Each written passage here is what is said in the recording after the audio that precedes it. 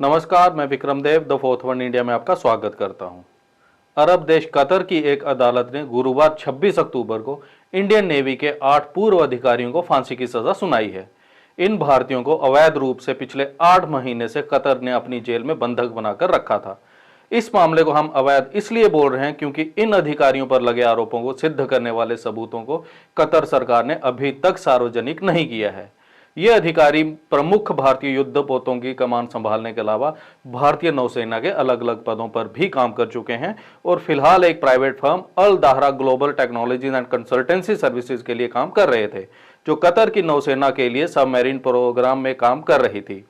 इन्हें भारत और कतर के बीच हुए एक समझौते के तहत नियुक्त किया गया था।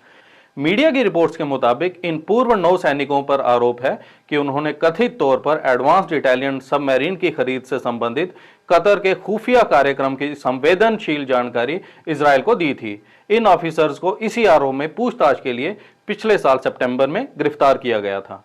बीते कुछ महीनों से भारत सरकार पर इन पूर्व अधिकारियों को रिहा कराए जाने का बहुत दबाव था और भारतीय विदेश मंत्रालय इस मामले को सर्वोच्च प्राथमिकता देते हुए इन पूर्व अधिकारियों को काउंसलर एक्सेस के जरिए रिहा कराने की कोशिश में लगा हुआ था। निवेदन किया है कि मेरे ब्रदर जो कतर में दोहा में इलीगल डिटेंशन में हैं, उनको जल्द से जल्द वापस लाया जाए Bharat.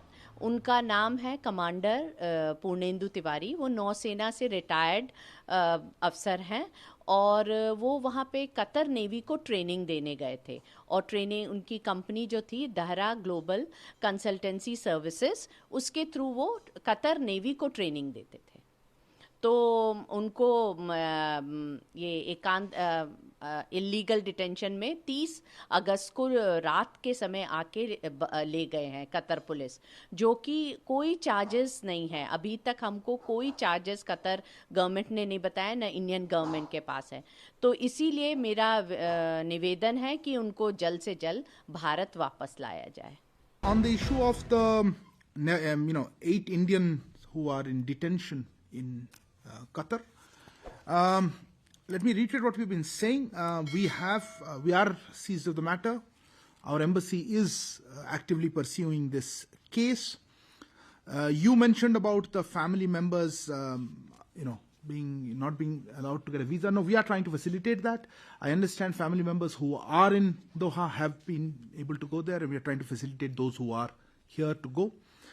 The update that I have is that today we got our second consular access. Our embassy officials were able to meet the detainees and ascertain their well-being. And of course, we will continue to extend all possible consular assistance in this case. हालांकि Qatar ने इन 8 भारतीयों पर लगे आरोपों को सार्वजनिक नहीं किया है, लेकिन कई बार इनकी बेल एप्लीकेशंस ये दावा करते हुए खारिज कर दी थी कि उनके पास इस कथित जासूसी के बारे में इलेक्ट्रॉनिक सबूत मौजूद हैं। भारतीय विदेश मंत्रालय ने इस फांसी की सजा को बहुत दुखद और महत्वपूर्ण बताते हुए कहा है कि वो अभी विस्तृत फैसले की कॉपी का इंतजार कर रहा है और इस मामले में सभी कानूनी विकल्पों की तलाश करेगा।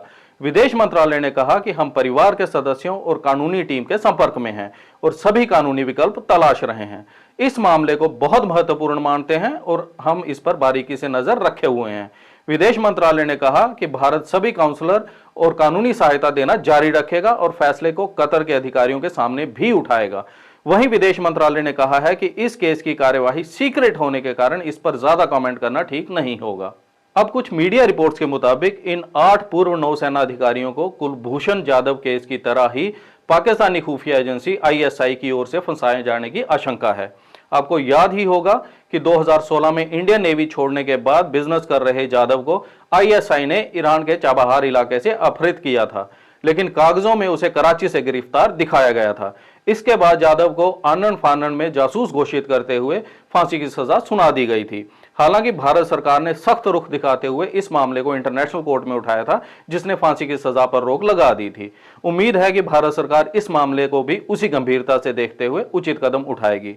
अब तक के लिए इतना ही। आपको यह अंक कैसा लगा, हमें कमेंट बॉक्स में अपनी राय जरूर दें और देश दुनिया की खबरों के लिए देखते रहें द फोर्थ वन इंडिया। धन्यवाद।